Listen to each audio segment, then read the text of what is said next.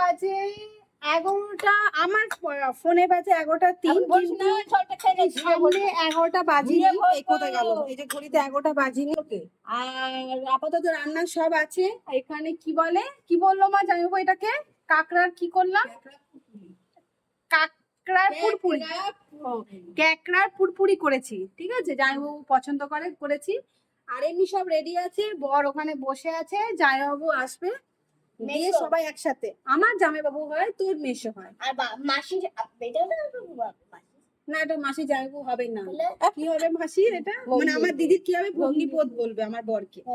তো যাই হোক, আপাতত জামাইবাবু আসবে, একসাথে সবাই খেতে বসবো। মা তো আজকে খাবে না, মা এমনি ফল টল খেয়ে নিয়েছে। আর মা যা খাবার রইবে বলতে কি, এইগুলো তো আর থাকবে না। ওই ফল টল যা আছে সেগুলো খাইনি, যেগুলো আমি এনেছি সেগুলো মা কালকে খাবে। কারণ আমি কেন মাছের বাজাতে এনেছিলাম, একটা হাতে আমি অত তো পারি না। তো যাই হোক এনেছিলাম, জামাইবাবু যেটা আলাদা করে এনেছিল সেটা মা করেছে। তো যাই হোক, আপাতত আমি অনেকবার যাই হোক বলেছি, এটা আমার হ্যাবিটেট, অনেক কিছু হ্যাবিটেট আছে। কি বলবো, আসুক খেতে দেবো।